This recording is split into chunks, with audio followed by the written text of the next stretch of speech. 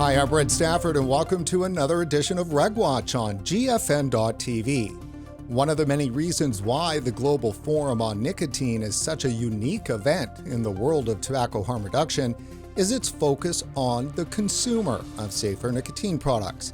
In every way, nicotine consumers are either overlooked or disregarded by regulators, tobacco control, and the public health establishment. Yet the nicotine consumer is impossible to ignore in one critically important area: where they spend their money. Joining us today to talk through the shifting economics of the nicotine industry is David Sweanor, tobacco control policy expert and adjunct professor in the Faculty of Law at the University of Ottawa. David, it's so great to see you again. Great to be back, Brent. So David, we last spoke back in 2022 at the Global Forum on Nicotine in Warsaw, Poland. At GFN, the nicotine consumer is top of mind. Why is that important? Well, for various reasons. Part of it is for anybody who's actually interested in reducing the carnage from cigarette smoking. We need to understand what's going on. We need to be curious. We can't just dictate things that we might like to believe. And a key part of this is understanding the people who are using the product. And this is just basic public health. If you're actually doing public health, you try to understand people's lived experience, you meet them where they are, and you empower them to make better decisions about their health. It's pretty simple. And you deal with people as consumers, as people who can act on information, respect their agency, treat them as human beings. It's interesting because they seem to have a difficulty in terms of viewing users as consumers. Well, I think there are many people in the tobacco control area who do have that problem. I think many of us don't. And it depends on the orientation somebody has. If you see this truly as a public health issue where you're trying to help fellow human beings improve their health, it's really easy to see people who are using nicotine products as people, as consumers, as neighbors, as people you'd care about. If you see this as an ideological struggle against sin, for instance, and we've talked about this stuff before, if you think you're slaying dragons, you take an entirely different approach. You need to dictate to these people what to do because you've decided what's in their best interest. And there's a long history of this, of people trying to use the power of the state to impose their moral views on the behavior of others, not just on nicotine, but on a whole range of issues. And it never worked. And it's invariably a disaster, and people keep doing it. So it certainly slowed us down on efforts to reduce cigarette smoking. I've got a line here, David, that I jotted down for this episode. Nicotine consumers are demonized as nicotine addicts whose dependency emboldens an industry that threatens to hook the next generation on their product. So is that maybe not part of the problem, is because they feel that if it's just simply a consumer product and nicotine consumers are allowed to have access and choice, it just emboldens an industry that their whole goal, that industry, is to addict the next generation of kids on nicotine? Yeah, well, part of that is, claiming that they're fighting the tobacco industry rather than caring about individuals. Part of it is mischaracterizing why people are using nicotine. And a lot of it comes down to deciding that you're going to dictate to people what they're going to do, and you know better than them what's going on, and you can do that. So if you're somebody who enjoys a glass of wine, if I refer to you as dosing with alcohol, you'll probably shut me out. If you enjoy a cup of coffee and I say, well, there you are dealing with your caffeine addiction, I am going to bar you from going to Starbucks, you'd probably decide that I wasn't somebody worth listening to. And I think that we can look at consumers for any product to say, that's not the way you reach people, by demonizing them, by claiming that they are something that they don't think they are. Now, we're going to be drilling down on data in the U.S. In this episode. Let's use FDA, for example. And again, still a bit of a higher up question. If the FDA, for instance, chose to shift their approach when it came to nicotine vaping products and to treat them as a consumer product, what would be the implications of that? Well, I think we can look to the history of the FDA. What happened when they decided that they were going to treat issues of sanitation as an issue of consumer rights, recognizing the right of people to choose consumer products. There was Pure Food movement that claimed that we need to stop people from moving to cities because they're going to buy manufactured food products. We need to stop the manufacturing of food products. Everybody should just live in the country and breathe clean air and go to church on Sunday and do what they're told. And cities are a den of sin. Well, those moralists got left behind with the FDA saying, we're going to have standards on food safety. And if you can meet these standards, you can tell people that you've met these standards. And that caused a revolution in food. If we look at many of the major food corporations now, they came about as a result of that legislation. Once there were standards, we no longer have to worry about things like botulism and other poisonings. We don't have to worry about lead and mercury in candies. I mean, all the things that were a concern back in the 1800s. And that changed virtually overnight, because once people knew that there were some products you could trust, that they met a certain standard, people moved to those products. They moved en masse. They moved very quickly. We saw the same when the FDA decided to move on science-based pharmaceuticals. In 1938, the FDA gave an advantage, the products that met standards of safety and efficacy. And within 12 years, 90% of all the pharmaceutical products sold in the United States were products that did not exist before that law. It gave an incentive for businesses to bring forward products that worked and that consumers wanted to use, so that you were getting something that if your children were ill, it actually helped rather than made them more likely to die. We got rid of the Dr. Graham's pink pills for pale people and Lydia Pinkham's vegetable compound and all the big sellers of the 30s, because we replaced them with science-based products that the FDA encouraged. And what's phenomenal now is you've got an FDA that's standing in the way of that, like to say they've had their law for more than a dozen years. Have we seen 90% of cigarettes gone? Have we seen this mass transformation in the market? And we've seen the opposite. We've seen a law that was set up, in part because it was co-authored by Altria, the biggest cigarette company in the United States, and the Campaign for Tobacco-Free Kids, which was an abstinence-only organization. They could agree that the one thing you don't want to do is give people a safer alternative to cigarettes. So we've ended up with legislation that actually flies in the face of the successful history of the FDA in dealing with other products. David, in the United States, like elsewhere too, of course, but in the U.S., the consumer is king. And by definition, a consumer spends money on products, and where they spend it, on what they spend, and how much they spend, these are critical indicators of what's important to the consumer, is it not? Yeah, and consumers will buy what they want to buy, and the ability of regulations, of moral architects in trying to prevent that is really unsuccessful. If we look at issues like, I suppose once marijuana was legalized in Canada, that really changed the market in Vancouver, didn't it, Brent? And of course not. I mean, people were already buying marijuana. They wanted to get it. They were consumers. They got it. If we look at what happened to alcohol during Prohibition, it isn't like everybody just quit drinking. They just found another way to get what they wanted, often something that was more hazardous. And we're seeing the same thing happen in the United States and in other countries around the world, including Canada. There's this massive transition to non-combustion products, despite all these efforts by the FDA and so-called health groups to try to prevent it, to mislead people, to ban these products, to try to make them non-palatable, et cetera.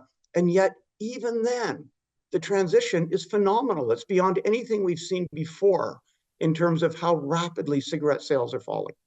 And that transition, I mean, it's showing up in the financial reports and statements from big tobacco companies like Altria and market analyses from the likes of Goldman Sachs and Nielsen. Oh, yeah. Yeah. So let's dive into that. I know that it might be a bit of the weeds, but we've got some reports that you've sent us. The 2024 Consumer Analyst Group of New York, it was a presentation by Altria. We have Goldman Sachs behind the counter navigating tobacco nicotine trends, which is Bonnie Herzog. And then America's Tobacco, which is Nielsen IQ data from just actually the first month and a half of this year. So let me ask you, David, how big is the U.S. nicotine market overall? If we look at it in dollar terms, the legal market is around 78 billion US dollars a year for the entire legal nicotine market as measured by Nielsen data. That's a huge number. When we look at the total e-cigarette sales in dollars, the Nielsen report is that it's 5.4 billion. And the total smokeless sales, which I guess includes the oral tobacco or the synthetic, so the oral product. And the nicotine pouches now. Right. So, and that's 9.5 billion. So e-cigs at 5.4 billion. The total smokeless sales in the U.S. is 9.5. This is 2023 data, is it not? This is past year. So we're seeing a change in trend lines. Cigarette sales in total are about 55.5 billion of the approximately 77 to 78 billion total market. We're seeing a much larger share going into non-combustibles. But Brent, something that's really important to mention in that is that the non-combustibles tend to be less expensive than the cigarettes. And therefore, that's a larger share of the market than those dollar figures would indicate. But also a very significant part of the vaping market, now estimated to be over half, is illicit. These are products that are not showing up on the Nielsen surveys because they're not caught in legal analysis of what's happening in the market. So if we look at what Altria has reported with their fourth quarter results, and then again at the CAGNY conference, the overall nicotine market in the United States over the last 5 years has not declined. It's actually increased marginally. And that is despite all these efforts being put into an abstinence-only view, attack any form of nicotine product. The market hasn't declined. But what has happened, and this is fascinating because it's happened at a time that all these alternative products have been just viciously attacked by the anti-tobacco groups in the States and really put at a huge disadvantage by regulators. In that 5 years, non-combustion products, Altria estimates, have gone from 20% of the market to 40% of the market. So in 5 years, they've doubled their market share. They're now 40% of the overall nicotine market. And that is happening despite all the efforts to ensure that consumers don't do things like that. So again, as we've seen elsewhere, where the more moral architects try to tell other people what to do, people act as consumers. They decide what they're going to do, and they are moving en masse to massively less hazardous products. Yeah, they vote with their wallets. Yes. I mean, they're making decisions, and this is not unusual. We've seen this on so many other issues that people do get better information, and it's been written by various people, looking at the Downs and Nunes Big Bang disruption as an example, that in the age of the internet for getting information and social media for sharing that information, you cannot stop innovation. People find out about it. They learn about it on the internet. They learn about it from their friends. There becomes a demand for the product. The market meets that demand. And as Downs and Nunes said in their book, that you can't stop innovation. You can slow it, and nothing can slow it more than regulation. No regulation can slow it more than health regulations. No health regulations can slow it more than FDA regulations, but even the FDA can't stop it. And that's what we're seeing, that even all these efforts, and it's doubled its market share in just 5 years. Millions more Americans are now vaping, not smoking. And that's happening despite all the efforts to try to stop that, which of course, raises the question of what could we do if we actually tried to encourage it. And putting that into some perspective is Altria's CEO, Billy Gifford, and he was quoted as saying, in 2023, our data shows consumers transitioned from cigarettes to e-vapor at over 3 times the rate of transition to other smoke-free products. So clearly preferring e-vapor over any of the other smokeless products. And in 2023, Altria estimates that the e-vapor category included approximately 17 million vapors, with 12 million being exclusive, meaning they're not dual users, they're not smoking. 12 million. So that's, in 3 years, that's an increase of 7.2 million vapors, of which 6 million more vapors were exclusive to vaping. These are extraordinary. I mean, absolutely phenomenal. And you think if we had accomplished something 1/10 of that with a standard anti-tobacco campaign, I mean, people be over the moon. They'd be wondering when they're going to get their Nobel Prize. And here we've got something that is just working so much better than anything else that's ever been done in trying to reduce cigarette smoking. I mean, I've been around for over 40 years and I've been involved in so many of those campaigns that we were involved in trying to reduce cigarette smoking. And some, like tax policy, were quite effective. But this dwarfs all of it. You know, many of the things that are done as standard anti-tobacco policies, we can't even measure an effect. You know, we believe it's probably happening, but you can't measure it. And you look at something like this to say, my gosh, you moved how many millions of people off cigarettes in just 3 years? I mean, that is phenomenal. And what we're finding is that the most effective thing we can do is simply facilitate people to make their own decisions, empower them to make informed decisions about what they want to do about their own purchasing patterns, their own health. I want to share with the viewers just a little bit of information on what brands are actually the most popular when it comes to e-vapor in the US. And the top products are Vuse, which is BAT, and Juul. They're both on top. However, it is Vuse with 40.7% of the market and Juul with a market share of, 24.4. So a big difference. And then all the rest fall in underneath that. And of course, that's just the legal market. So keep in mind that's a minority of the overall vaping market now in the United States. But it is, I think, a dangerous situation still when BAT, British American Tobacco, can have the largest market share. British American Tobacco is still losing large sums of money on trying to come up with alternatives to cigarettes. They wrote off the value of their cigarette brands in the United States late last year by over $31 billion because of the decline in the value of those brands because of the shift away from cigarettes. You wouldn't want to count on BAT to be the company most motivated to try to accelerate the transition away from cigarettes. Cigarettes is where they make their money.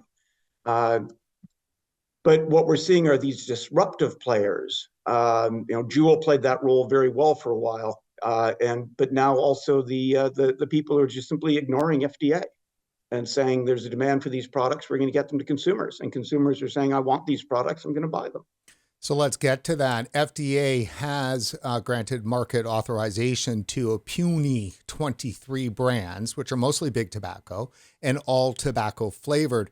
I think it could be argued that in a way there really is no legal market in the United States at all, with so few products being legal, and the vast majority of them are, in the gray area. They maybe have an MDO, maybe they're not just finished being in the process. And then, of course, you've got the true illicit products, which are being shipped over from China and sold, at a local bodega.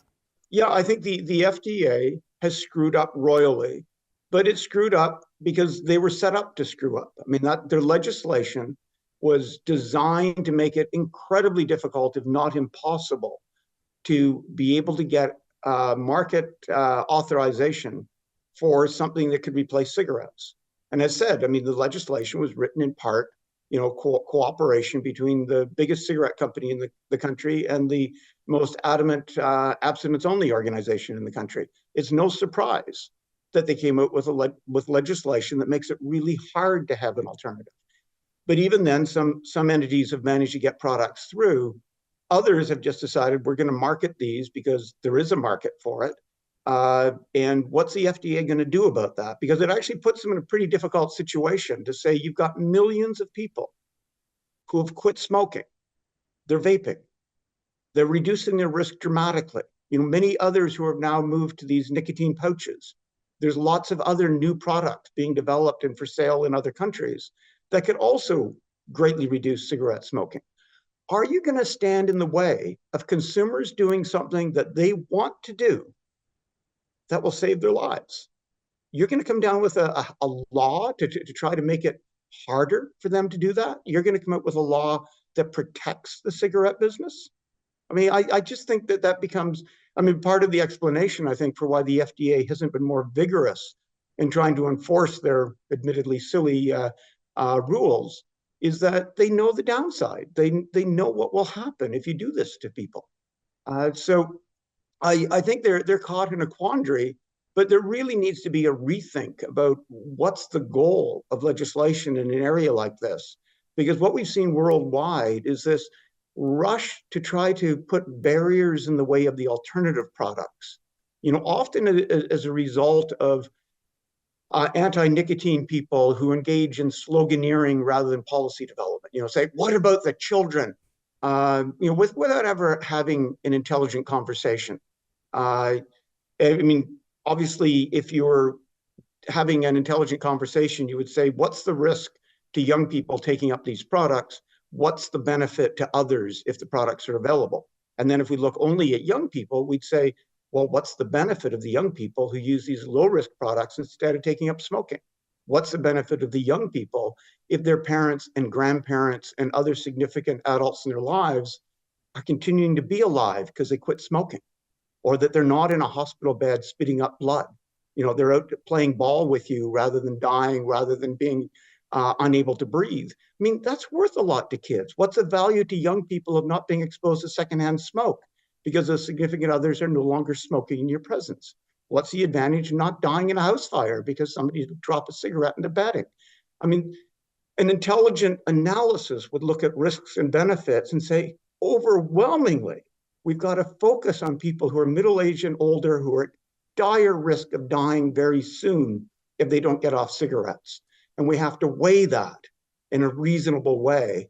And I think by any way of looking at this, to say, everything tells us we've got to focus on helping people get off combustion. And that's priority number one. I agree with you, David. Obviously, it's just after all these years of coverage, I don't think public health and tobacco control thinks 1 second over a current smoker potentially dying. They might pay lip service to that. I think they have thrown adult smokers under the bus years ago, and their whole entire goal is to prevent new generations from ever smoking. And they believe that, vaping products has gotten in the way of that. They really have an abstinent-only plan for teens. They just don't give one rat's ass for adults. Well, I don't think they actually care about teens. I think they're just using teens as an argument for their abstinence-only agenda on the overall market. I mean, if they cared about teens, they'd be saying, what do we do to prevent them from taking up cigarette smoking, which is really hazardous? What do we do to protect them from the people around them dying? It's the cost to a young person of losing a loved one prematurely. And when we talk about the number of deaths from cigarette smoking, that is impacting so many young people. But I think in my experience of dealing with seeing my colleagues who go that abstinence only route, it's a moralistic agenda, Brent. I mean, they're fighting evil. They're fighting a dragon. They don't actually care about young people to any extent that I can see, because they won't engage in a reasonable conversation about how would you improve the lives of young people. Or even if you want this measure because you think it will stop young people from using a nicotine product, what is it you're going to do to try to help their parents and grandparents?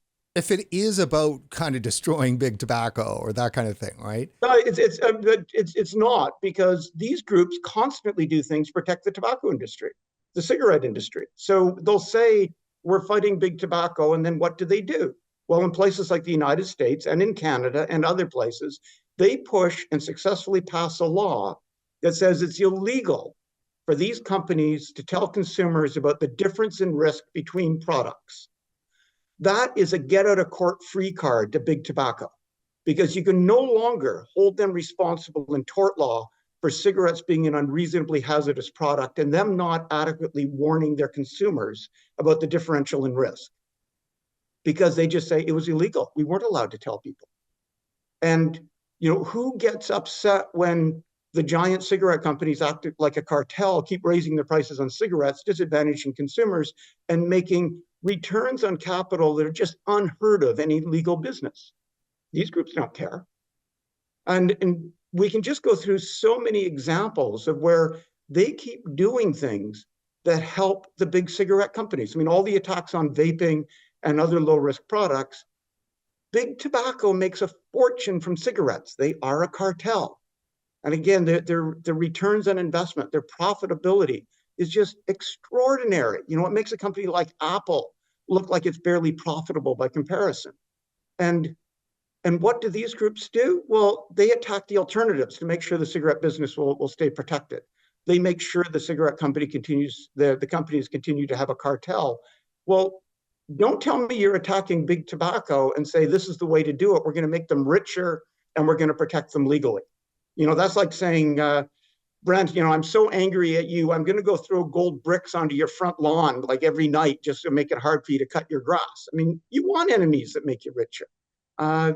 So I don't think their arguments stand up to any sort of scrutiny. I just think, again, it's sloganeering, claiming that they're fighting big tobacco when in fact they're protecting cigarette companies. So let me add this to our nuggets of data here. I have a data sheet. It's a report courtesy of Jim McCarthy from Counterpoint Strategies on behalf of American Vapor Manufacturers, the AVM. We just finished shooting an interview yesterday, and he pointed out that equity research firm Barclays, in a report about Altria's fiscal year 2024 EPS guidance, that the potential FDA DOJ crackdowns on vaping would provide the single biggest boost to cigarette sales and Altria's stock price.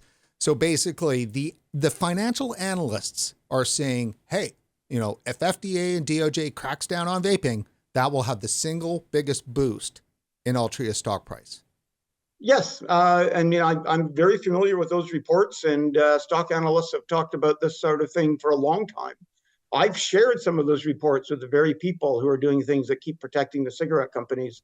They don't care. But it's very clear that all of the attacks on the alternative products are protecting the cigarette companies. It's maintaining their profitability. It's protecting them from lawsuits. And it's, as we move people away from cigarettes, and as the market changed, cigarette companies saw their stock prices just get walloped. They lost over half their market value. That was hundreds of billions of US dollars in stock market value was just gone because the market could say, these guys aren't sustainable. Well, who comes to their rescue? Is the anti-tobacco group saying, we're going to try to prevent this disruption from hitting you. We're going to try to prevent innovative technology from being able to replace cigarettes. We're going to prevent people from coming up with products that are massively less hazardous and less addictive than cigarettes. What are they thinking? And I don't think we can assume that they're just idiots because, I've known many of these people for a long time. They have a different agenda, but they're not about to tell you what's really motivating them because they're not going to get very far with that. So it's far easier to say we're fighting big tobacco and we're trying to protect kids and just hope nobody really questions them on that and why their actions keep looking like own goals. So what is their agenda, do you think? Well, I think in most cases, it's a very moralistic agenda. Again, this idea that I want to use the power of the state to force you to behave in ways that coincide with my belief of how people should act morally. So they want to change the rules to try to force changes in the behavior of others to align with their moral values. Is that like fascistic or maybe communistic? Is it those areas there? It's certainly totalitarian in nature, and it's incredibly naive, given the history of past movements. How successful were the Comstock laws in the States that banned giving women information on contraception? Women still managed to get that information. Like, was it inhumane to try to prevent this, to put people in jail for helping women control their fertility? Yeah, but people got around those laws. The people will, but we've had this long history. If we look at those Comstock laws, if we look at alcohol prohibition, if we look at the war on drugs, if we look at Red Scares, all sorts of things that come along to say, we have decided what you have to do, and we've decided we found heretics. We have to burn them at the stake. I think it makes those groups feel really good that they're doing this because they think they found bad guys. They think they're fighting dragons. And I think the social cost from that action is extraordinary. And it's a basic lack of curiosity on their part to say, if they really believe what they were doing was rational, they would sit down and talk about it. They would come to debates to say why their views make more sense than the views of me or anyone else. And they don't. They deal with it by blocking you on their phone, by not letting you comment on whatever they're putting out on social media, by slandering rather than discussing with people. That they're not open for any sort of discussion. They've got a closed view, and it's taking on all the characteristics of a conspiracy theory. That they just are not open to talking to anybody with any alternative view. They reinforce it by staying within their own group, and what they're doing isn't working, but they don't want to acknowledge it isn't working. They just want to keep imposing it on other people and fighting anybody who would question them. David, I know you'll be attending the Global Forum on Nicotine again this year for the annual conference on safer nicotine products and tobacco harm reduction.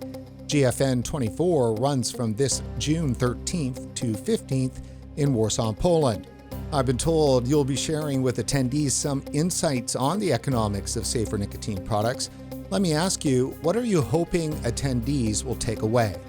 Part of the joy of going to a conference like that is you get lots of different views, people who truly are curious, who are open-minded, and we all come away with probably different views than we had going in.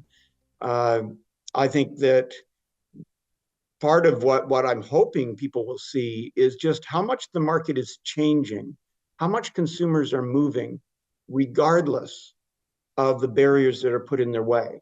And that I think it's common for people to get quite despondent when you look at how we could so easily deal with the enormous carnage caused by the inhalation of tobacco smoke. It's not hard. We've got the products. Consumers are keen to move. We could do something absolutely dramatic. We could do it very quickly. We could do it at no cost because the consumers would be able to do that. We were just simply empowering people. We would only be following the principles of the Enlightenment and the general ethics of public health, but it's not happening. And these people that you see who are smoking cigarettes and you ask them why they're not vaping and they tell you because that's more hazardous, it gets very depressing. The countries that ban the alternatives and therefore keep protecting the cigarette companies, you can get quite down about it. But then if you move away from looking at what the rules are that people are doing or the nonsense papers some people are publishing and calling it science, and look at what's happening in the real world, that's a great cause of optimism, because even in countries where vaping is banned and rebanned and stronger bans like Australia or India or Brazil, there's a heck of a lot of vaping and it's reducing cigarette smoking. And in countries that just try to stymie it, like the United States, will allow very few alternatives and will make sure the public is horribly misinformed, et cetera. And it's driving cigarette sales down at a pace we've never seen before. The same in Canada, and then in countries that even allow, a bit of room to, how about we actually start telling people the truth and facilitating this, like New Zealand, we see a massive decline in cigarette smoking. We don't need draconian regulations. We don't need to force people to change their behavior. We don't have to do those things. People are willing to move. And again, just like it's happened before on safer automobiles or safer houses or fireproof clothing or sanitary food, sanitary water, science-based pharmaceuticals, railroads that are designed so trains aren't crashing into each other, airplanes that stay in the sky rather than plow into the ground. I mean, we've gone through this on so many things, and it's happening now. It's happening despite the opposition. So what's going to happen is more countries pay attention to this, to look at those countries that have reduced cigarette smoking by over half in less than a decade, because we're now seeing more countries doing that. And that was just absolutely unheard of prior to having alternatives. At what point do we start seeing more countries move to say, this is happening anyway, why don't we try to encourage it? Why don't we facilitate it rather than stand in the way of it? And so I think if we start working with consumers, we start working with markets, we pay attention to the economics, we can have just such a tremendous impact globally on public health in such a short period of time that'll knock a lot of socks off.